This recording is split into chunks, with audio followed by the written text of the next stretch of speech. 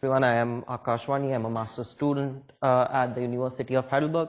Actually, I just got my degree around 10 days ago, so I'm a master's student, a master graduate now. Thank you.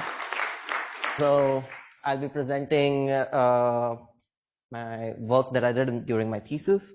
So that is a semi-analytic model, the White Dwarfs that I synthesized in a semi-analytic model. So just a brief overview of the framework of the JJ model. So the idea is that stellar populations are formed near the galactic plane, and as time progresses, they get dynamically heated and distributed, vertically. And this vertical distribution is consistent with the overall galactic potential, and the galactic potential is a function of time as the galaxy evolves. The galactic potential would also be dependent on the total mass, that is the mass of the stars plus all the other factors such as gas, etc. So now we'll look at the present day composition. So it consists of several stars which have different ages and thereby get heated differently and have different vertical distribution. So this present day composition can be explained by a couple of or rather four important input functions. So first one is the star formation rate as a function of galactic time. The dynamical heating can be explained by the age velocity relation, and as different stellar ages have different metallicities, this can be explained by the age metallicity relation. And finally, we also need the initial mass function. In order to synthesize stellar populations, we also need stellar evolution libraries. However, I'll get back to that in the next slide. So what is the JJ model? So it is a semi-analytic chemodynamic model of the Milky Way. At its core, it solves the Poisson-Boltzmann equation iteratively and gives us a pair of vertical density profile and galactic potential. And as I mentioned, it is an excellent tool for population synthesis. It also includes different components of the Milky Way. So there's a thin disk, thick disk, both halos, and two types of gases, gas components. So it is based on several simplifying assumptions. First and foremost, we assume that the Milky Way is in a steady state. That means there are no fast evolutionary processes going on. It is axisymmetric and plane symmetric, which means that there is no spiral arms, bars, cluster formation, etc. We work in the thin disk regime, and there is no explicit radial migration because the model is built as a set of independent radial bins. However, there are some limitations. It is not applicable in the bulge because the assumption of axisymmetry breaks down very young stellar populations.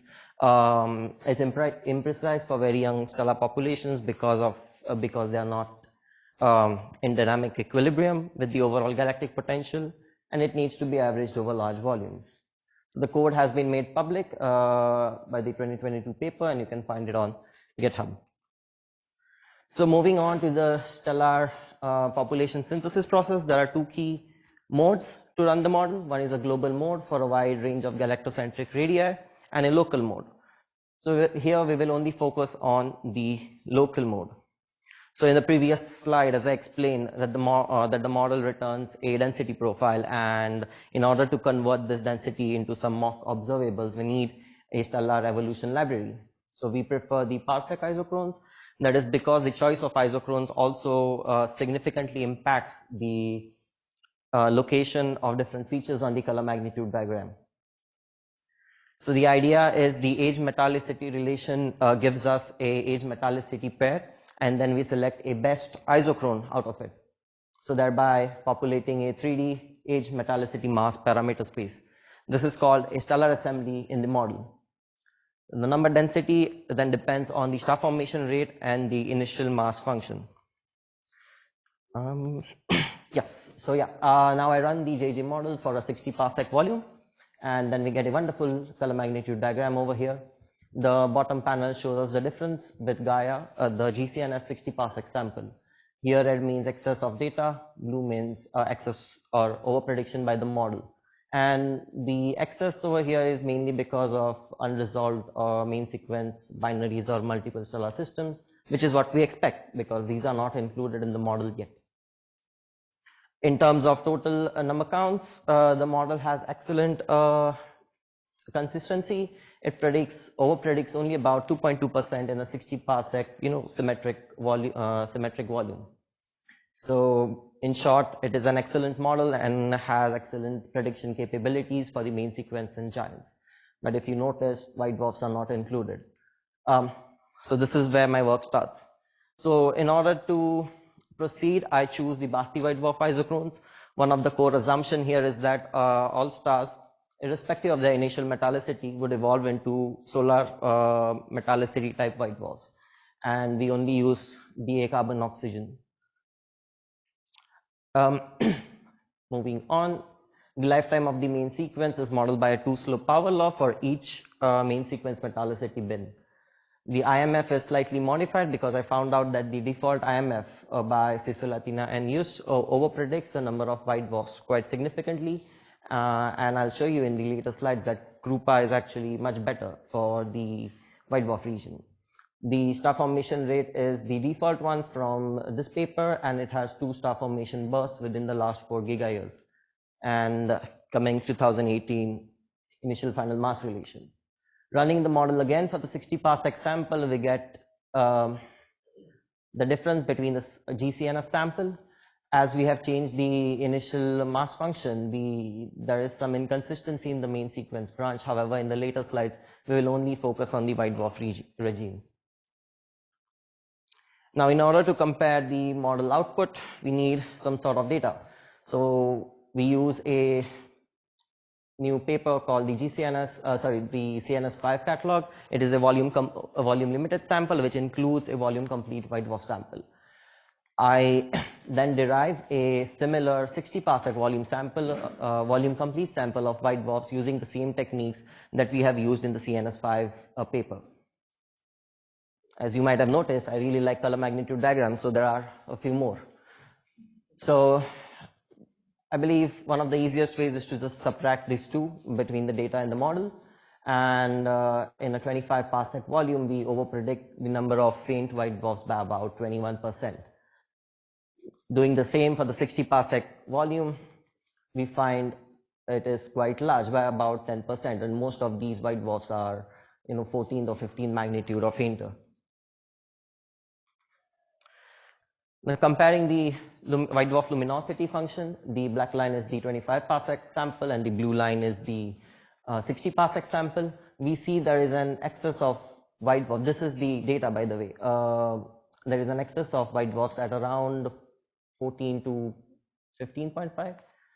And the number density is about 10% higher than the 25 parsec volume. Now we just take the 60 parsec sample. These are the black or orange dots with Poisson error bars, and we run the model, JJ model, for different IMFs. We find that Krupa has the best fit for now, but it does overpredict very faint white dwarfs. The choice of IMF and star formation rate has a significant impact on the number density, and we also find that the Krupa IMF is inconsistent with the low and high mass regime. Some other model output are the age distribution. So this is the total age of a white dwarf as with its fraction. We find that it has some interesting features. So the peak at around 8 gigayears is suspected to be the peak due to the age of the thin disk. The drop at 12 gigayears is mostly due to the age of the thick disk, and there are some interesting bumps over here which are probably due to these 2-star formation peaks. The mass distribution has a peak at around 0.61 solar masses, and there is an excess of high mass white dwarfs. These are suspected to be due to the choice of initial final mass relation. The thin disk has most of the white dwarfs at about 95%.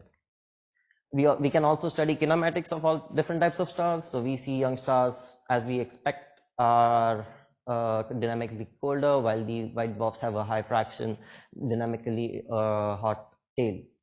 Now we plot the same plot over here, but with the age of white dwarfs, and we expect similar results, that the young white dwarfs are cold, and the older ones have a high velocity fraction.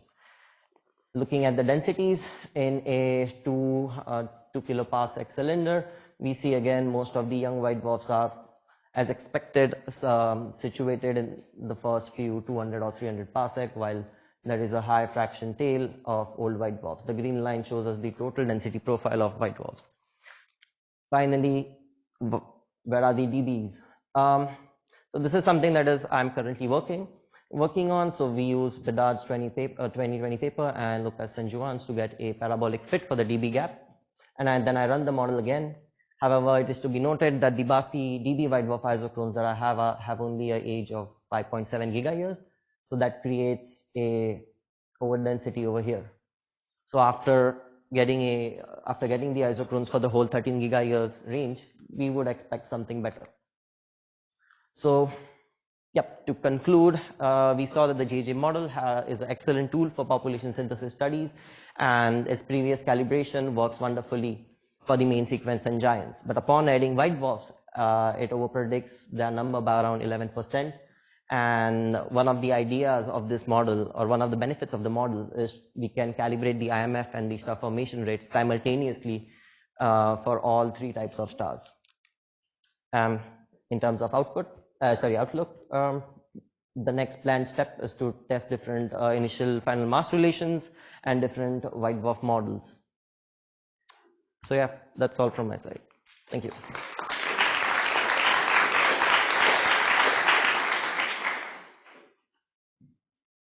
Any questions? If not, I will start. Have you compared your simulation with Nicola's catalog? Yes. I was wondering if the 11% discrepancy you get is because you're only using DA. So if you can use a compare with a catalog in which you can just select DAs, maybe the agreement could improve. Yes, I did check. The consistency with my sample with Nicola's catalog, and the difference in numbers is around less than 100. So, which is, I guess, okay. Within 25 parsec? No, 60 parsec. Oh, okay. And I don't know. I'm just curious because, like, is this consistent with the 11% difference you get, the one that you have in your conclusion? Oh, the conclusion is comparison with this 4,000 white dwarfs with the model prediction. So the model overpredicts it by around 11%. And could it be related, for example, to the presence of unresolved binaries, or? No, not really. It's because of the star formation rate, which is inconsistent.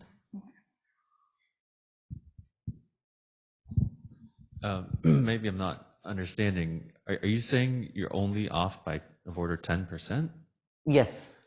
Doesn't that seem way too good? Yes, it is. Because if we just include main sequence and giants, the consistency, the model only overpredicts around 2.2%, which is very good. I mean, that's like scarily good, right? Yeah. And we also check it for a larger 1 kiloparsec cylinder in a different paper, but I just focus on the local volume. Okay, but for example, for the white dwarfs, given you're neglecting binaries, and binaries seem to be important for, especially for the more massive white dwarfs. But it looked like from whatever plot that was that the discrepancy there was negligible, unless I'm misreading the plot. This one? Yeah, yeah. So like where the more massive white dwarfs would be, it looks like the color corresponds to basically no difference in space density. That is kind of true, yes. But we would like to then shift this, over density peak slightly above and to cover the hot white dwarf region. Basically, the idea is to then get a better star formation rate. So basically, to get down the consistency under 8% or 10% maybe also. Okay. So that's are you the able idea to fit right it so well because you can change all the input parameters? Yes. Okay. It would seem to me like you at some level you can't, adjusting the things to get zero discrepancy doesn't necessarily tell you that what you're adjusting is correct, because there are other things that you're neglecting. It seems like would matter at more than this level. Yep, I think, yeah.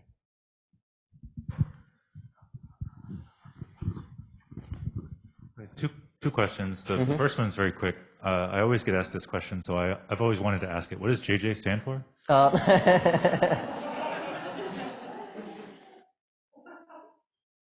Okay. Just-Jahreiss. Just is my supervisor. Sorry, I gagged you away from the slide I actually wanted to ask you about, which is the one you were just on. Okay.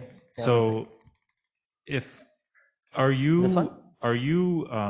you excluding things that are off your model grids for the white dwarfs, things that are overluminous from the grids? So you have an input grid that you need. Do you need the white dwarf mass to fit to actually include it in your model? So I do not test the white dwarf mass yet, but we can get a age mass distribution and we can check its consistency too. That is one of the things that I would like to test. Okay, I guess the motivation of my question is if I look at the plot on the right, there's this nice blue region. Yes. But if you look at the data for the 60 parsec sample, lots of the white dwarfs are actually a little overluminous of that. So they're just overluminous from what the models predict as they get cooler. Am I misinterpreting that? I'm not really sure though. Okay, maybe I should talk offline, but Okay. yeah, like if the white dwarfs are there, but our models are predicting that they have smaller radii than they actually do, or they're a little overluminous to the models. I guess maybe I'm not forming my question correctly, but that blue region there on your plot, your models are predicting an underdensity. You're predicting More white dwarfs. Yes. Yeah, but if they're there, but they're just a little overluminous, would you be excluding them from this sample, or would they still be there? No, I have not excluded any types Okay. of white dwarfs. So we can also see the DB branch over here because I have not excluded it. Okay. And upon adding it to the model, then it can be, of course, modeled. Great. Okay. Thank you. Yeah. Alejandro, did you have a question? Oh, we can. I should be that way. Sorry, this may be a bit more specific, but I'm curious how far white dwarfs go in your model from where you plant them at birth as main sequence stars to the current age of the galaxy. Like, at what altitudes do they live in the galactic disk? You mean the sample or the model? Whatever you have. The sample is a 60 parsec spherical volume, but the model can predict up till 2 kiloparsecs. Okay. So we have, the idea is to calibrate it at larger distances so that we can predict for much larger distances. And where do they start? Like, on average, does the population change from the main sequence to white dwarf as a average scale height about the disk? You mean the density profile, or I don't? Sort of, yeah. I'm not really sure, but yes, we can definitely get like a profile of different types of stars as a function of vertical scale height. Definitely, yeah, that's possible. But I have not included the plot over here right now. Yeah. Yeah, we have time for one. Now, I was wondering if you can use this with more, let's say, homogeneous populations like clusters. But yes, we can specify a certain region in the sky that we want to focus on and like get a proper homogeneous sample out of it too. Yes. Currently, I've used a wide metallicity range, but if you want something very specific, definitely that's possible. Okay. Okay. If there are no more questions, then we can move to the next speaker. Thank you.